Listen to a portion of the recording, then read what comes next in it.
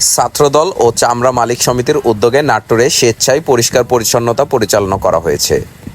রবিবার শহরের চকবদ্দনাথপুর চামড়াপট্টি এলাকায় চামড়া মালিকদের ও ছাত্রদলের আয়োজনে স্বেচ্ছায় 50 জন সদস্য এই পরিষ্কার পরিচ্ছন্নতা অভিযান অংশগ্রহণ করেন।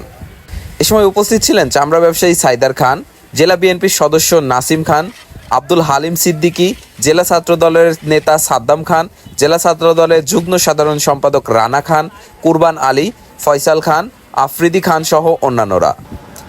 এ সময় স্বেচ্ছাসেবীরা জানান, এর আগে যারা চামড়াপট্টিতে দায়িত্বে ছিলেন তারা শুধু নিজেদের নিয়ে ব্যস্ত ছিলেন, তারা চামড়াপট্টির পরিবেশ নিয়ে কাজ করেনি। তাই আজ তারা সবাই এক হয়ে এই পরিষ্কার পরিচ্ছন্নতা অভিযান পরিচালনা করছেন।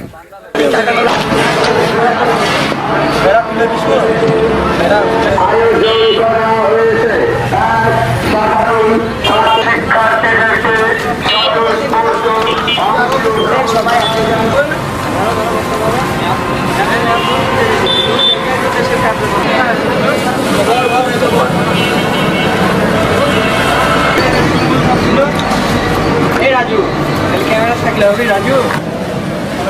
আরে ভাই